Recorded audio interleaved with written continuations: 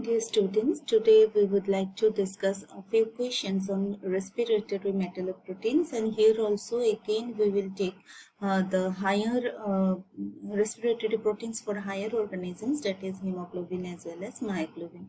But before going to the topics related to hemoglobin and myoglobin, let us first discuss a few questions on dioxygen, because ultimately both hemoglobin and myoglobin are the metalloproteins which will be involved in binding the dioxygen. So what will be the function of this dioxygen within our body, and what are the effects of this dioxygen, what can be the effects of this dioxygen within our body? This will be discussed first.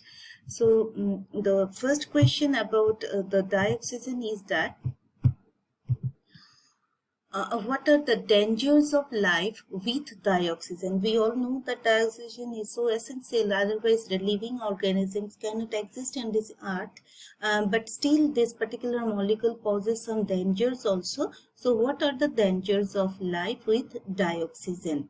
Now, the answer can be stated as follows. The binding of dioxygen, normally in presence of a metal, is actually a reversible process. It's in general term that whenever metal binds with oxygen in a reversible fashion, it produces metal dioxide. So MO2 will be produced when M reacts with oxygen.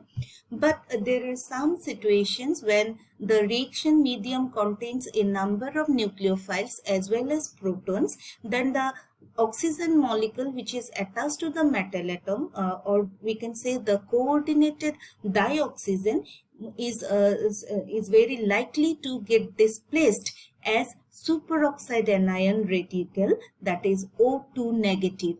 So this from MO2, when this superoxide is produced by O2 negative, then immediately the metal will be ionized, and hence in the system, in presence of a nucleophile as well as proton, instead of getting MO2, we will get ultimately the oxidized metal M plus as well as superoxide ion O2 negative.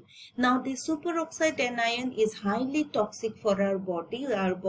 This will lead to different that kind of danger to the living organisms.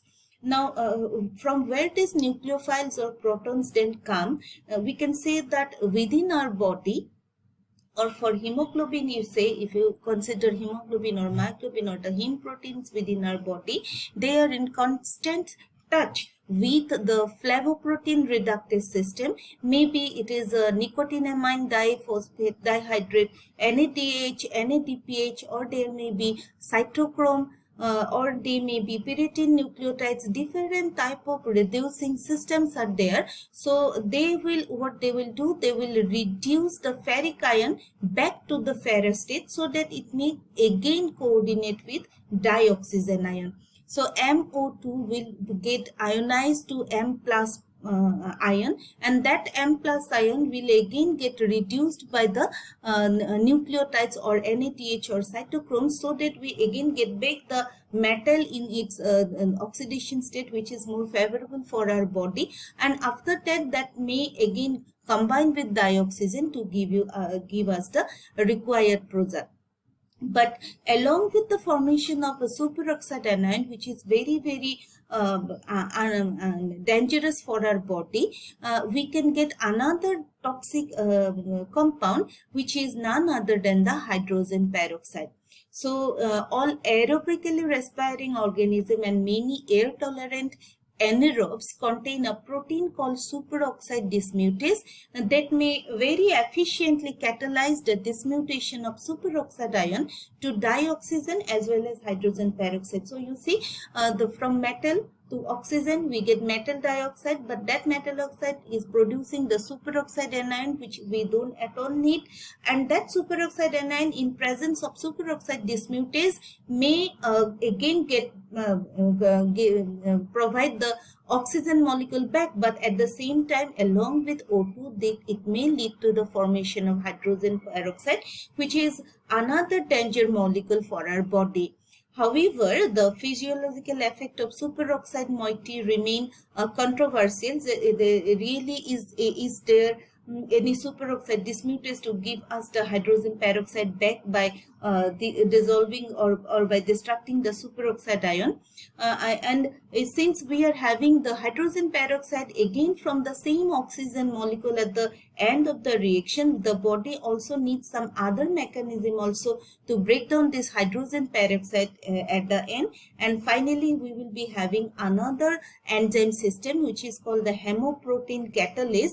Fortunately, that hemoprotein catalase will break down the hydrogen peroxide to water and dioxygen. So what if someone asks you what are the traits of dioxygen? The dioxygen within the body is supposed to form bonds with the metal ion to give the simple reversible metal dioxide species, but in presence of the nucleophile as well as some electronic charges, protonic charges, it may lead to the formation of superoxide as well as hydrogen peroxide. And fortunately, if the body doesn't have any mechanism to break down the superoxide and the hydrogen peroxide, then it will means that the organism will go towards death. But our body utilizes some other systems like superoxide dismutase, like hemoprotein catalase, which breaks down these unwanted molecules formed from dioxygen and gives our body security. Now, the oxygen we are having may exist in different oxidation states. So, next question may come where you will be asked to find out what are the different ways in which oxygen can exist within the body. So, just remember the molecular orbital diagram for this wonderful molecule. Oxygen with atomic number 8 with 16 electrons. So, when two oxygen atoms combine to give you the oxygen molecule, the molecular orbital diagram will give you two different arrangement. First one is the singlet arrangement, which is of course of high energy and hence unstable and diamagnetic, and the second state is triplet. So as it is shown in here, as it is shown here, you will be having the singlet state and this is the triplet state. In the triplet state, both the oxygen atom contains one unpaired electron. So one unpaired electron, there will be two unpaired electron. So total spin multiplicity, which is 2s plus 1. Since half plus half, total spin value will be 1, 2s plus 1 will give you 3, that will give you the triplet state. Since both the electrons are occupying two different orbitals, that means the Hund rule is satisfied. That is why the triplet state is stable, biradical, that means two single electrons are there, that is why it is biradicals. And since unpaired electron is present, that will be paramagnetic. The next form of and the singlet state you will get when both the electrons in the valence shell of molecular oxygen, dioxygen, if you go to the molecular orbital diagram, if both the electrons are paired, then you will be having the singlet state. Now, if the electrons are paired, or if you allow both the unpaired outermost electrons of oxygen molecule to pair up in a single cell, this obviously means that they will be of high energy. In that case, if you allow them to pair up, then both the total spin will be 0 and the spin multiplicity will be 2s plus 1. That means s is equal to plus half plus minus half. So this will s is equal to 0. So 2s plus 1 will give you value 1 and hence it will be the singlet state. These are the two common state of oxygen, the high energy singlet, the low energy triplet. But along with that, oxygen molecule is capable of existing in the form of ozone, where three oxygen atoms will combine together. This is a resonating molecule. The double bond and single bond can change their position. So this is highly stable. This is ozone molecule, and this is the superoxide ion, two oxygen atoms. See, you have the triplet oxygen, and both the oxygen atom are having two unpaired electrons. Now just give any one oxygen atom one more electron, then this will be satisfied. See, one electron you are providing another. Since you are providing another, this will attain a negative charge, but the other oxygen atom is having only the single electron, and this will give rise to the superoxide ion. This is highly reactive because now you are having both the negative charge as well as the radical. This oxygen will have the strongest tendency to get one more electron, so that it also go for neon configuration, and that is why this is highly reactive molecule. And then you have the peroxide molecule. That means you provide another one more electron to this oxygen atom, that so that here also you will be having two electrons, so both will be negatively charged and you will get the peroxide ion. So you can say that if we have the oxygen molecule, then reduction of oxygen molecule will give us superoxide as well as peroxide. Now both superoxide and peroxides are very, very strong oxidants, and they are, both of them are actually harmful, and that is why they are called reactive oxygen species. See, presence of unpaired electron makes them quite reactive. They want to combine with different type of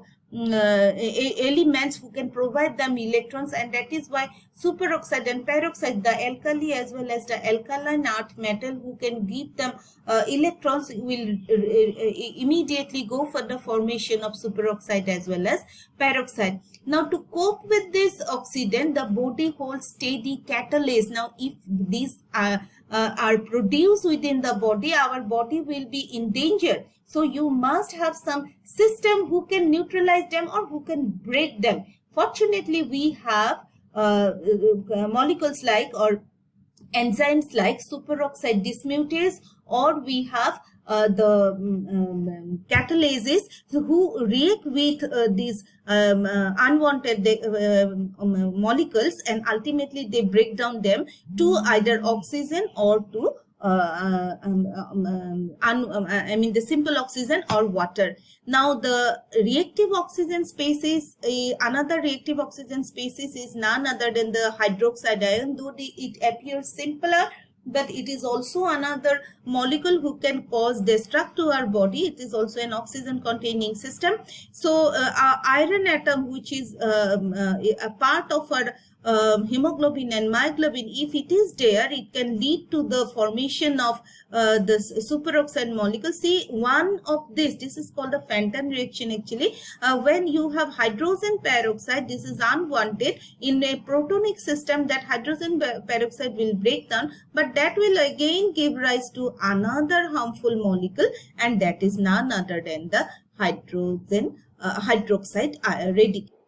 Now the next question is, it has been suggested that when oxygen binds to iron in hemoglobin, an electron is transferred from iron to the oxygen molecule. Explain.